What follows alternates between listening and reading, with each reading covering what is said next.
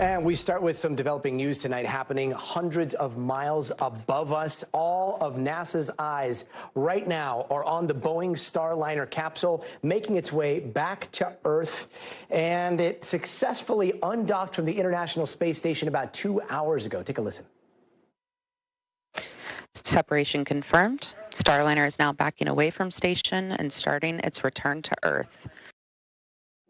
Now, we have been watching for updates from NASA as the Starliner makes what is supposed to be a 6-hour journey back to Earth if all goes according to plan. And Starliner will be hopefully touching down in the New Mexico desert about 4 hours from now. Now, this is a mission that has been marked by delays and mechanical issues before and after its launch in early June. The original 10-day mission is now in its 4th month, and it will be even longer for astronauts Sonny Williams and Butch Wilmore, who have effectively been left behind on board the ISS. The plan is to bring them home on a different ship, Boeing's competitor, the SpaceX Crew Dragon, in early 2025.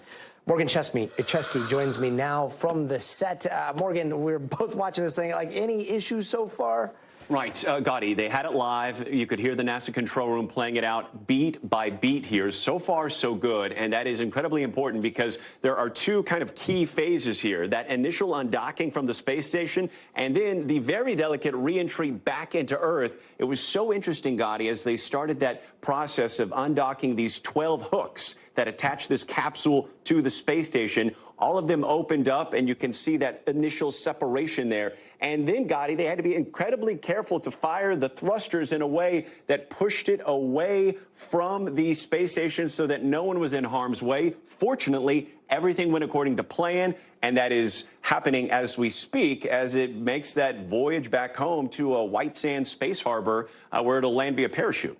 Fingers crossed. We've seen Starliner return an uncrewed capsule before. This is not their first rodeo. They also had a huge hand in helping build the International Space Station. They've been in space for years and years before any of the other competitors that are out there. But I got to ask, like, the last time they did this, there weren't as many helium leak issues. There weren't thruster issues. Anything to watch out for this time? Right. Well, NASA simply didn't want to take the risk, even though they got some of those issues worked out while it was attached to the space station. They wanted to keep those astronauts safe. So it is returning unmanned. We do think that, again, everything's going according to plan right now, but all eyes now go to the reentry process because it's going to hit speeds of up to 17,000 miles an hour. It has to hit, of course, at just the right angle to make a proper reentry. Temperatures, Gadi, reaching up to 3,000 degrees on the exterior of that capsule. And this is interesting because while they've had similar return missions before, this is unmanned, and it's also going to be landing via parachute on land as opposed to water. The reason they're doing that is hopefully they can recover some of these pieces for potential use down the road. And so all eyes will be, if you're awake, touching down around midnight Eastern time. That's when those parachutes should deploy, and it should have a safe impact there in the desert in New Mexico. And I would argue that no one is watching this closer than Butch and Sonny right now. Right? 100%. Have we heard anything from them as detached? In the minutes before that detachment began, each astronaut had a chance to kind of give their thanks to the crew on the ground, basically saying that it's absolutely been a journey. I think everyone's learned, a little bit about each other during this process. So what was going to be a short journey is now turning into quite an extended stay up in space. And they were very heartfelt in thanking everyone for looking out for them. And hopefully they're crossing their fingers that they'll be able to see their families when they get back in February on that SpaceX flight, if all goes according to plan for that. Any day that we look up is an exciting day. Morgan, absolutely. Thanks so much for joining us here. And joining us now is former NASA astronaut Clayton Anderson.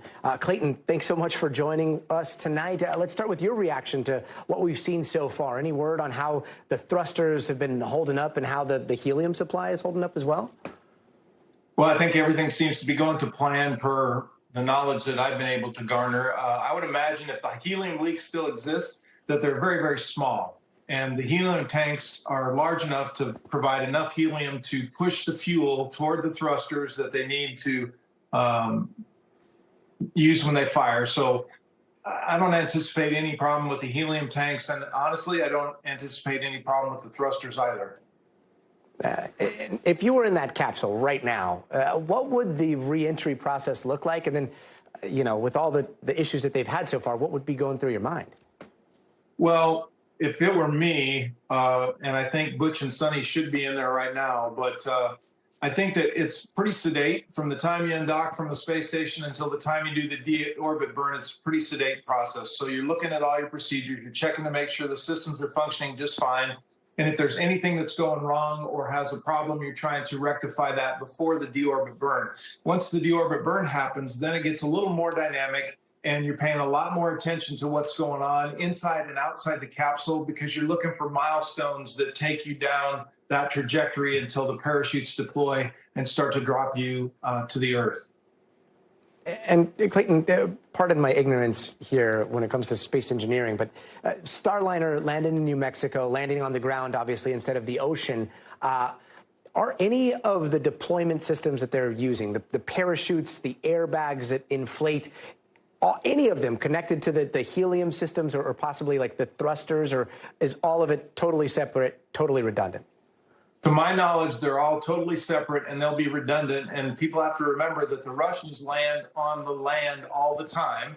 And their spacecraft, the Soyuz, is actually designed to land anywhere. So right now they're using the land to come down, but I think they could use the ocean if they needed to. But the problem with the ocean is the same as Earth, weather and all those things, wave height and what's going on there. So landing on the Earth is much more of a stable platform. And I don't think you have to worry about quite as many variables when you decide to come home. And there are a few places on Earth that look like white sand, so very inviting landing zone there. If they do pull off this landing, I got to ask, I mean, do you think it'll help salvage their mission's reputation? Well, I think it should. If it were me, I would have put Butch and Sonny, the test pilots, on that spaceship. I believe it would have come home safely. But NASA erred on the side of safety and safety of the crew and the vehicles. So it's important to remember that, to keep that in mind. It's just Boeing's reputation here. The space part is different than the aircraft part, at least in my opinion. And so I think they're doing the best they can. And spaceflight is hard. This is not an easy thing to do. And we tend to get complacent because we see a lot of success and we get kind of ingrained with that success. So when something actually goes wrong, people start to go crazy and think that the whole program's squirreled up. So I think it's going to be good for Boeing to bring it home safely and to understand what's going on, to take that spacecraft, look at it completely to see if they can learn anything in addition, and then try it again soon. Fingers crossed. Clayton Anderson, thank you so much for joining us. Thanks for having me. And in Georgia today, a packed courtroom where the suspected Appalachia High School shooter and his father went before a judge for the first time. The 14-year-old suspect in court first on 4 counts of felony murder. He's being tried as an adult, but he will not face a death penalty, something the judge had to clarify. You are under 18 years old. So I wanted to inform you and make it clear to you that the penalty for the crimes for which you are charged does not include death. It includes life without the possibility of parole or life with the possibility of parole. And victims' family members were also inside the courtroom, at times appearing emotional, one of them holding a stuffed animal that you see there. A short time later, 54-year-old Colin Gray faced the judge, the father. At this time yesterday, we learned he was arrested on 14 charges, including second-degree murder, and all of that stemming from allegations that he gave his son the AR-15 style rifle used in the shooting as a gift. Now, 2 students and 2 teachers died in Wednesday's shooting. 9 others were hurt. Memorials and vigils are planned in the coming days as the community continues to honor the victims. NBC News correspondent Priya Shriefer joins us now from Winder, Georgia. Now, Priya, this is now the second time in history that we're seeing a parent face charges over a school shooting. Can you walk us through what happened in court today?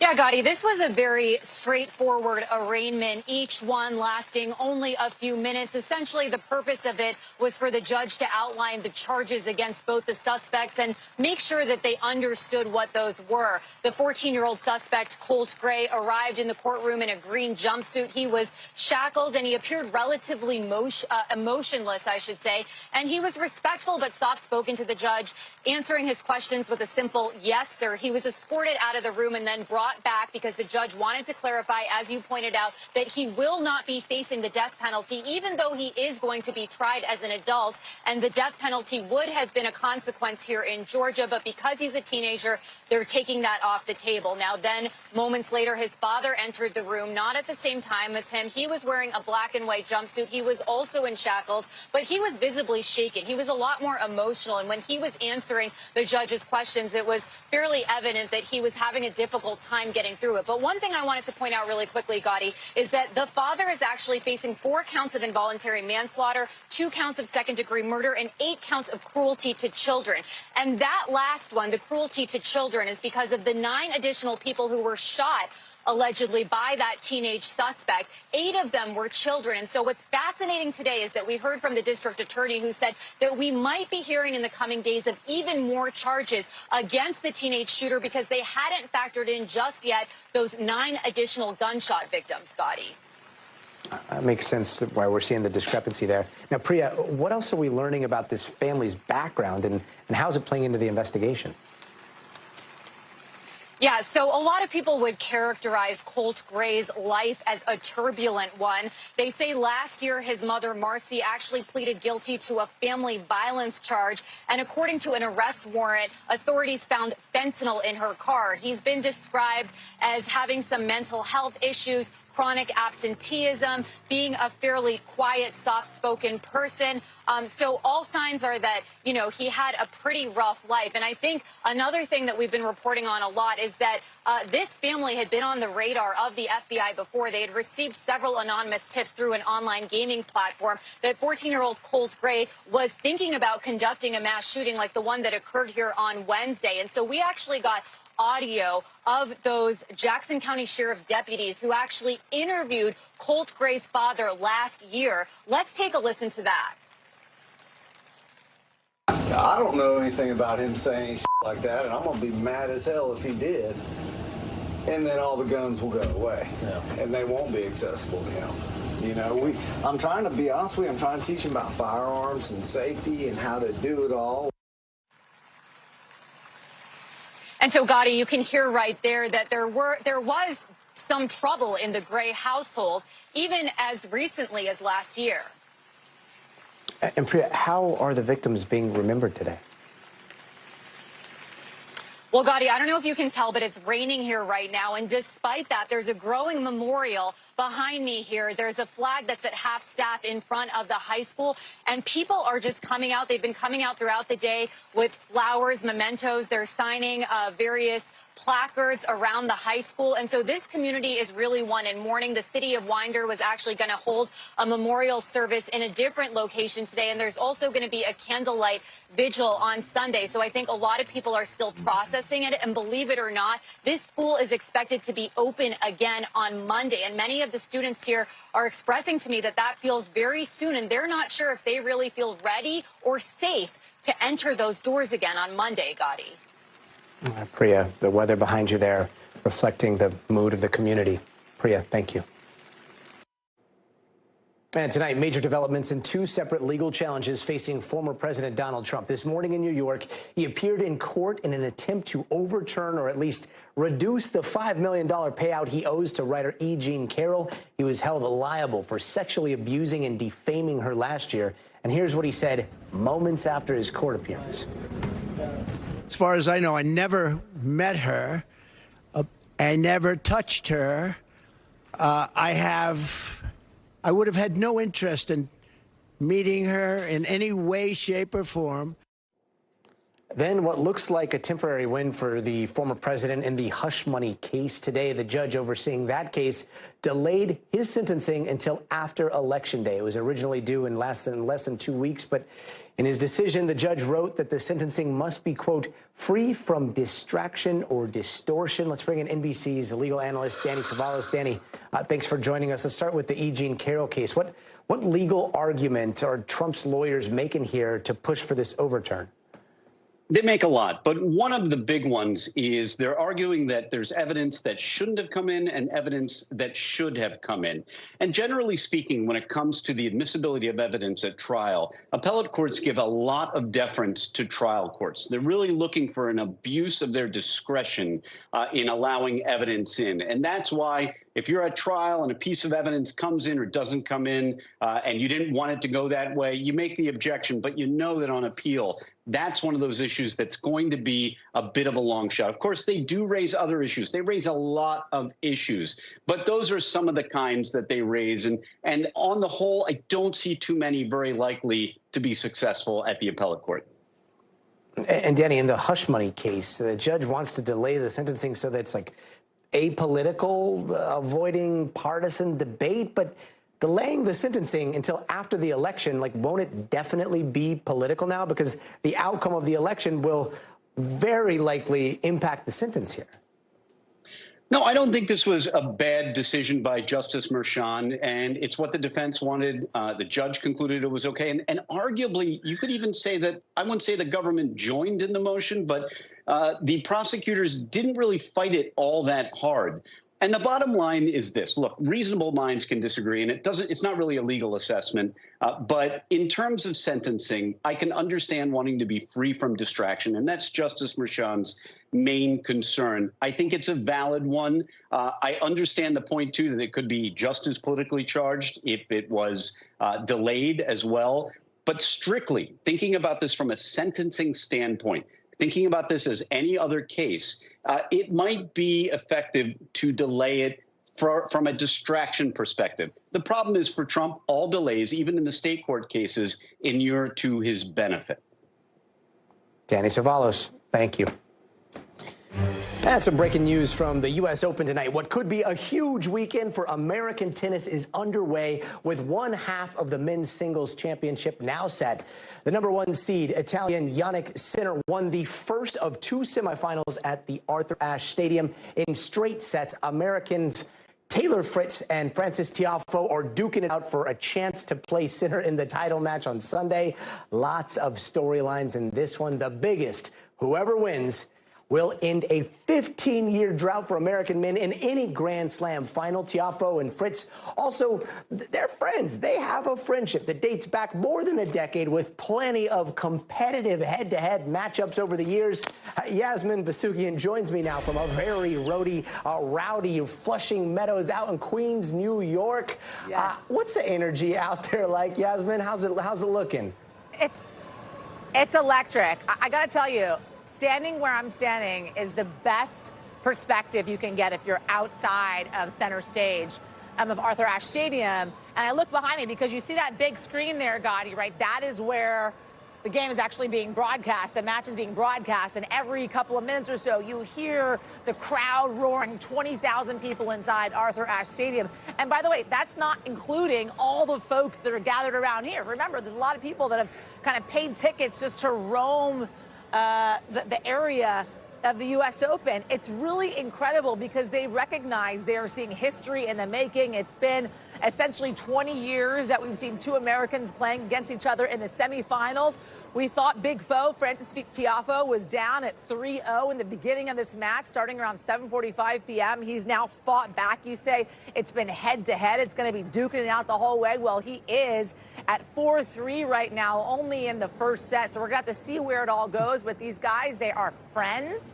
They have played numerous times before, just record-wise, head-to-head. 6-1. Taylor Fritz has won most of those matches, but Frances Tiafoe has been playing incredibly well this entire U.S. Open. He's got a fire in his belly, and he has the crowd on his side. Let me play for you some of what I heard from some folks that I spoke to earlier as we were kind of roaming the grounds of the U.S. Open. I feel like after every big rally where someone hits a winner and the crowd is cheering, I feel like that's just like such good energy. It's just very supportive. There are so many things going on, and you can always come here for a good time and go back to the game. Cheers. Cheers. And they're having some good times with those deuces, I got to say. Those honey deuces. I've tried a few myself, and they're quite good, to say the least. But The energy is real here. People are recognizing history in the making. And I think they're having a little bit of a moral dilemma as to who to actually root for, with two Americans going head to head against one another. One more little anecdotal story I want to tell you quickly, Gadi, is Big Foe, Tiafo, retold a story about sitting next to Taylor Fritz on the plane. And Taylor Fritz looks at him and goes, buddy, we're going to be 1-2 one day in the world. Now, here they are duking it out on the U.S. Open stage. Could not be any better for both of them. Oh, man, yeah. To be on that plane watching them talk and then seeing this. Wait, hold on. Did you say you've had a couple of those deuces? Are you like a billionaire? Aren't those things like $23 each? $23 each. By the way, and if you remember, Sabalenka, before she went to the semifinals, she was asked, because she was going up against an American, Emma Navarro, how she was going to kind of gain the support of this majority American crowd in Arthur Ashe Stadium. And she essentially said, how about I buy everybody drinks? 20,000 people can fit in Arthur Ashe Stadium at $23 a pop of those honey deuces. Let me kind of let you in on a little secret, Gadi. There's something called a corporate card, and I'm here on assignment, so just FYI. Oh, wow, yeah, I can't wait to see what your expense report looks like. Just as long as you don't buy, like, the entire stadium, some of those honey deuces, I think we'll be okay. Just maybe for the crew. I don't know if it's as hot as it is. It's been a prop. There you go. Yes, production, location, expense. Yasmin, thank you so very much. Back, let's take a quick look around the world. In Kenya, at least 17 children are dead after a fire ripped through a boys' dorm at a primary school there. The flames broke out around midnight while the students were sleeping. 27 children are in the hospital, but the country's deputy president says dozens more are still unaccounted for. It's not clear what started that fire. And Super Typhoon Yagi is wreaking havoc in southern China. Sustained wind speeds have hit 145 miles an hour, and the storm is so powerful it's causing widespread power outages, flight cancellations. Reuters is reporting more than 500,000 people have been forced to evacuate their homes. Yagi is also expected to hit northern Vietnam.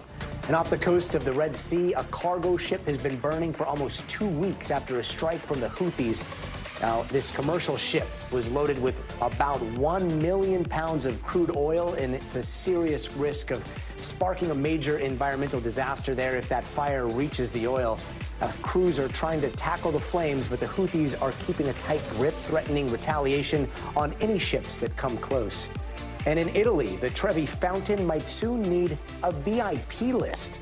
Rome is set to limit access to the famed wishing landmark as the city prepares for a tourist surge next year, and plans are being talked about may involve a €2 fee and an online reservation system. And there are serious questions tonight in the Middle East. An American activist shot and killed during a protest in the occupied West Bank. U.S. officials are now calling for Israel to investigate exactly what happened, and a warning, some of the videos you're about to see are disturbing. NBC's Matt Bradley has the very latest from Tel Aviv. Matt? Yeah, Ayşenur Ezgi Egi was only 26 years old, a Turkish American. She was the latest American casualty in this grinding Middle East conflict that has now been going on since October 7th, that Hamas terror attacks that started the latest round of fighting. It's been mostly happening in the Gaza Strip, but we've been seeing a lot of violence in the West Bank that's been going along with it. And now, this was actually at a protest led by the International Solidarity Movement. These protests, which happen on a weekly basis against Israeli settlements and settlers, they long predate what was going on on October 7th. And this young woman, she's actually Turkish-American. She was born in Turkey. We know that she had lived in Seattle, Washington, and she had just graduated from the University of Washington. And she just came here on Tuesday just to join this protest. I actually spoke with an activist who was there with her. He said that he was cradling her bleeding head as she was dying. They whisked her off to a medical center and then to a hospital in the city of Nablus, where she succumbed to her wounds. Now, the IDF have said that they were shooting because there were some activists who were throwing stones and they felt that their team was in danger. The IDF have said that they are opening an investigation. This activist that I spoke with today, he said that that is all a lie, actually. He used that word. He said that there had been stones that were thrown at the IDF, but that was 30 minutes before this shooting, and it was more than one shot that was fired. One of them hit the leg of a Palestinian He said that everything that has been said by the IDF is just meant to cover up what he called a kill shot. Matt Bradley, thank you. And coming up, extreme heat putting an end to the hopes of a fall feel along the West Coast this full weekend in September. And it's not just here in Southern California. How high temperatures will climb and what it means for wildfires. That's coming up straight ahead. But first, you got to see this. Okay, so what would you do if you walked out your front door and you saw that alligator? Well, this is what happened to one family in southern Texas, and when a police officer came to assess the situation, that's him. He decided he was just going to wrangle that little guy with his bare hands. His heroics caught on his body cam. The officer later saying, "You can take the boy out of the country, but you can't take the country out of the boy." So true. We'll be right back.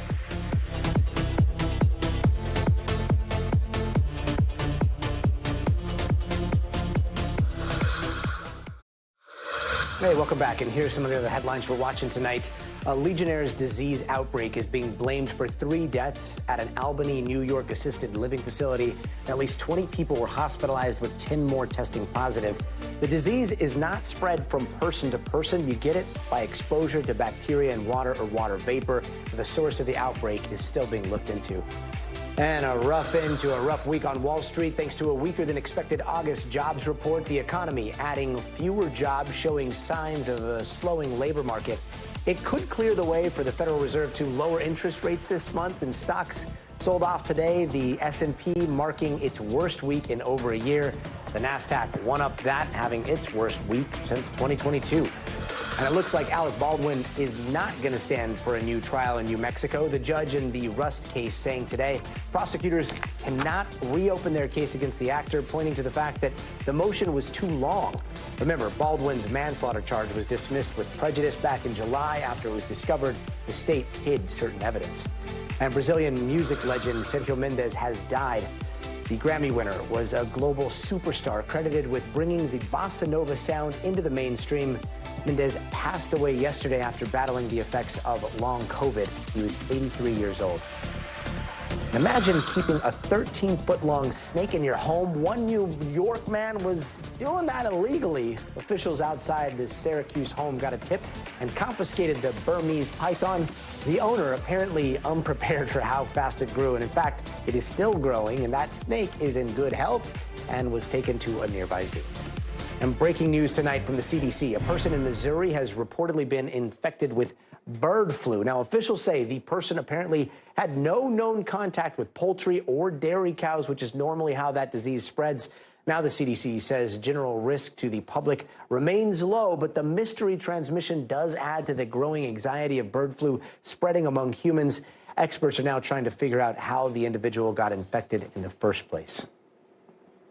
And another day, another headline about how artificial intelligence is radically changing every facet of daily life, and in this case, even death. A lot of times, before someone dies, there are so many decisions that a family or a patient has to make, and those are often the most difficult choices to make. Well, as NBC News medical fellow Dr. Akshay Syal shows us, AI could be used to help. I'm Anna, and I'm an AI avatar. AI is transforming our lives. From travel to education. The Pythagorean theorem is a fundamental principle in Euclidean geometry. To art and music. Let's dance and thrive. But could it also reshape the end of our lives? I gotta be honest, my first reaction was sort of like an, oh, no. But a group of scientists are going there, trying to make families and doctors make hard end-of-life decisions using an AI that could predict whether incapacitated patients want to live or die. You can create this psychological twin of them that would, in some sense, be able to speak on their behalf. Specifically to make a decision on things like a do not resuscitate order, or DNR, which tells medical workers not to provide life-saving care if it could lead to too much pain. It's a more common dilemma than you may think if a person has not planned for such difficult decisions. Anthony Pinal says he found himself faced with signing a DNR for his grandmother after she was diagnosed with dementia. How involved was your grandmother in these conversations? Not at all, to be frank. She was rapidly declining, not remembering my mum or me, acting very erratically and having hallucinations. Penal says he and his mother agonized over trying to figure out what his grandmother would have wanted. They eventually signed the order. Trying to put yourself in her shoes, it is very hard. And even when her physical health was declining in those last sort of months and weeks, it's trying to imagine the pain that she's in. It's a very hard thing to do. Researchers think the AI can help. The idea? To feed a bunch of digital information about a patient into a large language model, kind of like ChatGPT. It could be trained on their medical records, like past treatment decisions that they made. Or even texts, emails, social media posts, demographic info, and more. And it would require patient or family consent. We run them through a bunch of treatment scenarios. They give you their preferences.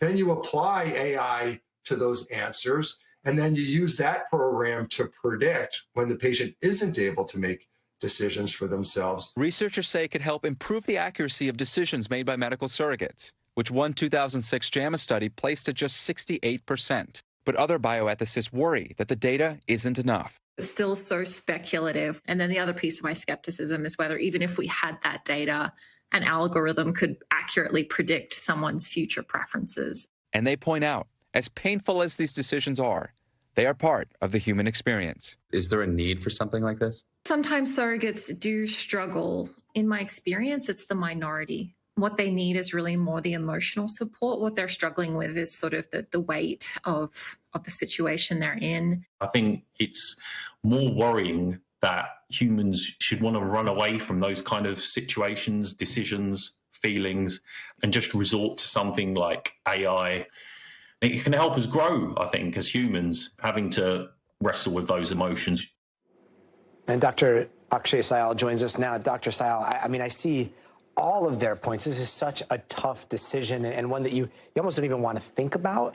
But like when it comes to AI, for an AI to make good decisions, it needs good data, which means it needs a lot of data, like a lot of your data to decide whether or not you would want to have lived or have died here. Like, where's that data coming from? Right. So, Gadi, in a perfect world, what we're essentially asking these researchers for is, take my text messages, take my emails, take my medical records, take all that information and use it to make a digital clone of yourself. And this clone, based off that information, the researchers tell us, should have enough info to make decisions on end of life. Now, whether or not it will actually work, they need to actually test this to make sure that, this person's emails and whatever can generate a personality that actually matches what a patient would want. And that's the big question, and that's what we're still waiting to see. And that obviously raises all kinds of privacy concerns, ethical issues, right? Yeah, so, I don't think having enough data is going to be the issue. I think having that data sort of protected and kept private and kept anonymous is going to be the big focus. And I think, we talked about Apple Intelligence just before coming on this, and I think when they announced that, there was a big focus on privacy,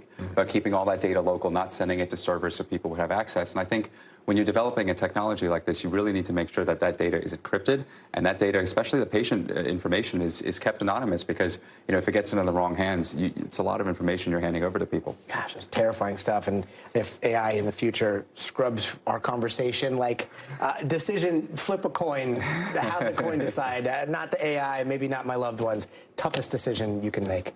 Thanks so much. Anytime. Hey there, welcome back. And here are some of the stories happening out west that we're following right now. Lawyers for Brian Kohberger are making a new appeal in an attempt to take the death penalty off the table. Kohberger is accused of killing 4 University of Idaho students. His lawyers say Idaho's various laws regarding the death penalty are unconstitutionally vague. Prosecutors have until October 10th to submit their response, and a hearing on that issue is scheduled for November 7th. And you might remember this crazy video from earlier this year. Man flying through the air to attack a court judge in Nevada. He was originally going to be sentenced for attempted battery, but he has since been charged with attempted murder, and he is pled guilty but mentally ill. He'll be sentenced in November. And one of Hawaii's most iconic hiking trails is now shut down until further notice. In the last 3 weeks, there have been 24 hikers who have reported having nausea, vomiting, and diarrhea since visiting Kalalau Trail. And officials are still waiting on lab tests to confirm, but they think it is norovirus. That's a highly contagious stomach bug that spreads through contaminated food or water. And it's going to be a scorcher of a weekend across the West Coast. Heat alerts remain in effect for millions, including us, stretching all the way from Arizona to Idaho. Highs could touch up to 20 degrees above the average in some areas, leading to sweltering triple-digit temperatures. Some people are shocked by this late summer heat. It just literally went up 5 degrees. This is insane. Like, it's so hot, these people are using umbrellas to shade their house. Like, is anyone else's skin burning off? And those hot conditions are only making wildfires worse. The growing line fire in California's San Bernardino County sparked a little over 24 hours ago, and it's already led to evacuation warnings for some neighborhoods there. Let's bring in NBC News meteorologist Violetta Yas. Violetta, thanks so much for joining us. With this ongoing threat of wildfires, how much longer could we see this excessive heat?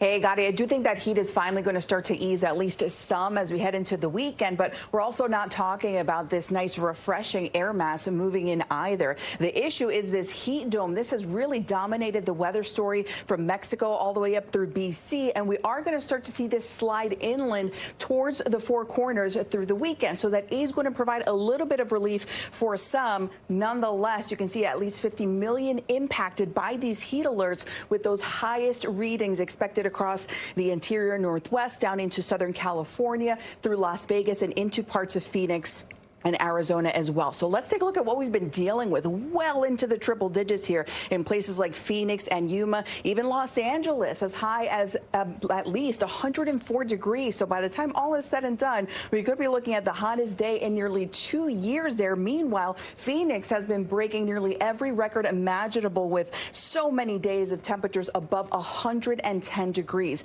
Just a little further north now, you can see that heat well established here in places like Fresno and Sacramento, but a little bit of a dip in that temperature between today and tomorrow, for example, in places like Fresno, 102 to 95. So it's still going to be anywhere from 10 to around 15 degrees above average. Up toward the Pacific Northwest, you can see the heat even reaching here, especially places like Portland and Eugene. Into the mid-upper 90s. You can see that dipping into the 80s as we head into the weekend. So a little bit of relief there. Conversely, across the interior, I think it's actually going to get a bit hotter for places like Spokane, maybe even Pendleton as well. So even up here across the Pac Northwest, we're talking temperatures anywhere from 15 to nearly 25 degrees above normal. So potential records expected as we head into Saturday. A lot of these major reporting sites across Washington and Oregon, even inland in places like Idaho as well. Not dealing with as much heat, meanwhile, across the southeast, but the rain has been relentless. A moderate flood risk today here across southeastern Louisiana. That does include New Orleans, and really easy to believe when you take one look at the radar. You can see this torrential rain here across the Gulf Coast, especially right around the New Orleans area and through southeastern Louisiana. More steady here closer to the coast, but a little bit more scattered to the north. This will continue as we head into today, but start to ease a little bit as we head into the weekend as well. Gadi? Heat in the west, rain in the east. What a combination. Violetta, thanks so much. And Election Day is now less than 2 months away, and while most people know that next Tuesday, Vice President Kamala Harris and former President Donald Trump are going to debate in Philadelphia, here's something that's kind of hard to believe. This is their first time ever coming face-to-face in real life. And now, tonight, NBC News has exclusive reporting about how Harris is prepping for the big day, with mock debates that started yesterday and are continuing all weekend in Pittsburgh. But just what is she up against? Tonight, NBC News correspondent Dasha Burns takes us back to some of Trump's biggest moments from debates in the past. Dasha? It's the debate showdown that could change the course of a neck-and-neck election. Vice President Kamala Harris and former President Trump will meet face-to-face for the first time. Trump now sharpening his attacks. She's not a good debater. She's not a smart person. But that one was a beauty. Some of Trump's most memorable campaign moments have happened during debates. Businessman Donald Trump. From first taking the stage in a crowded GOP primary field in the 2016 election, his explosive performances stole the spotlight, sometimes for better, sometimes for worse. You've called women you don't like fat pigs, dogs, slobs, and disgusting animals. Your Twitter account... Only Rosie O'Donnell. Does that sound to you like the temperament of a man we should elect as president? What I say is what I say. And honestly, Megan, if you don't like it, I'm sorry. I've been very nice to you, although I could probably maybe not be based on the way you have treated me. Becoming notorious for his brash takedowns of his opponents, like one-time frontrunner Jeb Bush. I know. You're a tough guy, Jeb. And we need to have a leader that is principled. You're never going to be president of the United States by insulting your way to the presidency. Let's see. I'm at 42 and you're at 3, so far I'm doing better. Doesn't matter. Then there were his 3 presidential debates with Hillary Clinton. Putin, from everything I see, has no respect for this person. Well, that's because he'd rather have a puppet as president of the United States. No puppet. And it's pretty clear. You're the puppet. But here's what I don't want people. In another face-off, famously stalking her around the debate stage. We just turn it back to the insurance companies. And inviting women who had accused her husband of sexual misconduct. In 2020, running as an incumbent, Trump interrupting Joe Biden constantly in their first debate, by one count, 145 times. I beat Bernie Sanders. Not by much. I beat him a whole hell of a lot. I'm here standing facing you, buddy. Well, there's nothing happening there. Donald, would you just don't be quiet know for a her. minute? I'm not going to answer the question. Why would you answer that because question? The question is, radical left. Will you shut up, man? Listen, and stirring controversy when he said this about the far-right extremist group, the Proud Boys. Give me a white name. supremacists and white supremacists and Proud Boys. Stand back and stand by. This election cycle, Trump notably skipped the primary debates, but the first presidential debate likely going down as one of the most consequential in history. With the COVID, with dealing with everything we have to do with, look, if we finally beat Medicare. After the disastrous performance, President Biden dropped out of the race. This exchange serving as a pivotal moment. And I'm going to continue to move until we get the total ban on the total initiative relative to what we're going to do with more Border Patrol and more asylum officers. President Trump? I really don't know what he said at the end of that sentence. I don't think he knows what he said either. With just days to go, Trump repeating his familiar mantra, saying he doesn't do traditional debate prep. President Trump, how are you specifically preparing for the debate versus Harris? I'm not spending a lot of time on it. I think my whole life I've been preparing for a debate. Again, Vice President Kamala Harris and former President Donald Trump will square off for the first time on Tuesday in the presidential debate hosted by ABC News. You can watch on NBC and NBC News Now with full coverage starting at 8 p.m. Eastern. Now, before we go, it is time for the future of everything. And what if the next time you have an emergency and you call 911, operators can't just hear you, but they can see you, too? We're going to tell you about the new tech that could save lives. Hang tight. That's all coming up after the break.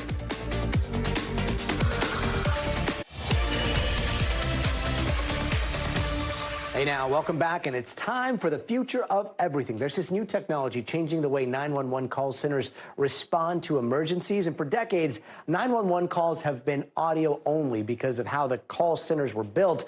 But now there is some new tech that is giving systems major upgrades, allowing callers to share videos with dispatchers, which could save lives. NBC News Daily anchor Kate Snow walks us through how it all works. At Delaware County Emergency Services outside Philadelphia, Delaware County 911. Dispatchers can hear and see what's on the other end of a 911 call, from a house fire. See it? Yeah, that's the glowing behind that. To a car stuck in a creek. I see it. To a runaway thief. Is that this Tahoe sitting on the corner? Yes.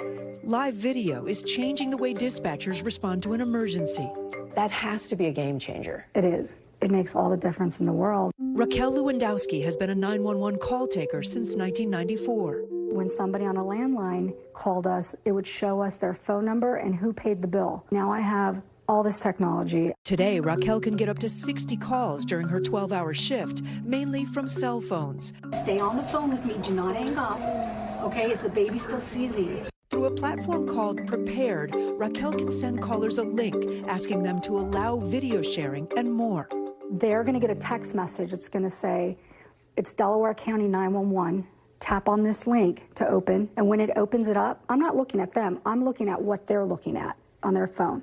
Like the time she helped a woman who was lost in the woods. She was scared because she was by herself in this park and it was dusk. I was walking the trail, but I got a little twisted up and I'm lost in here. I'm going to try sending you a link and it'll open up to me and I'll be able to see exactly where you are. And it should pinpoint on a map where you're at, too. As soon as she opened it, I could see the skyline, Philadelphia. So you kind of knew where she was? Kind of knew exactly where she was, and I was like, start walking this direction. Delaware County is one of the nearly 1,000 call centers across the country that have bought Prepared. Beyond video, it uses artificial intelligence to transcribe a live call, make notes. Wait, you didn't write that? No. The AI wrote, Mrs. AI. Brennan has called 911 multiple times after slipping off her bed. She's waiting for assistance. And it translates if someone is speaking another language. I can imagine 10, 20 years ago, They would hang up on me.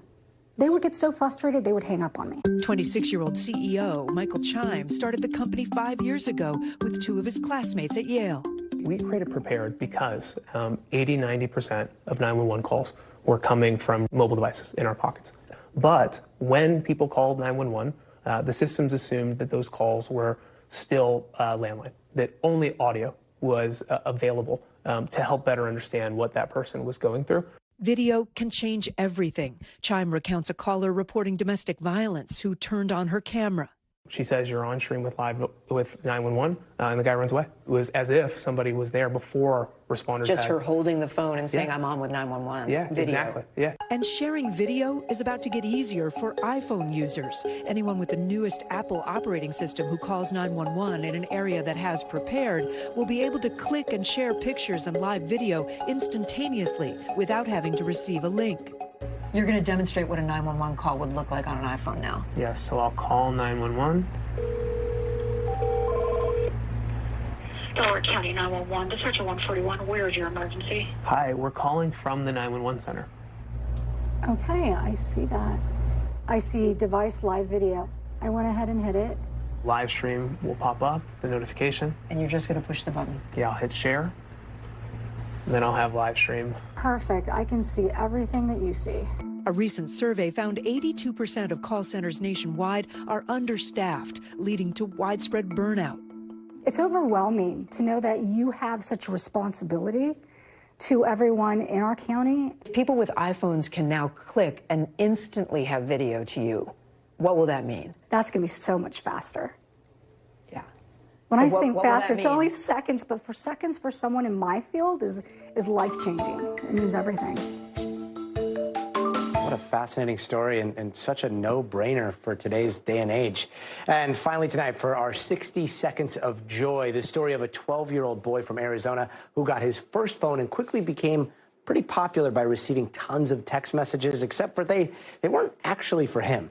Our friends from our Phoenix station have that story. At 12 years old, Lincoln Schreck finally got his own phone. Or so he thought. He's been sharing the number with its former owner. Lincoln didn't think much of these strange texts. How's practice going? Until last weekend when his phone was ringing off the hook. I was responding wrong number to as many as I could, and after a couple of them, one of them responded that it was the former number of an NFL player. NFL player Ricky Pearsall. He's a wide receiver for the San Francisco 49ers now, but back when he had this phone number, Pearsall was a student athlete at Corona del Sol High School in Tempe. All of the messages Lincoln's getting now are words of support for Pearsall. Praying for you tonight. Pearsall is expected to be okay after being shot in the chest during an attempted robbery in San Francisco. I'm sure he is getting a lot of feel better texts, but that he's getting more than he's even seeing. Lincoln says he wants Pearsall to see how loved and cared for he is. So, Ricky, if you remember your old phone number... But I just mainly hope that this gets to Ricky. There's a boy on the other line waiting to pass along a message or two. Or two, or hundreds. Thank you so much for that story. That does it for us tonight. I'm Gadi Schwartz. We'll see you here tomorrow. But until then, stay tuned now.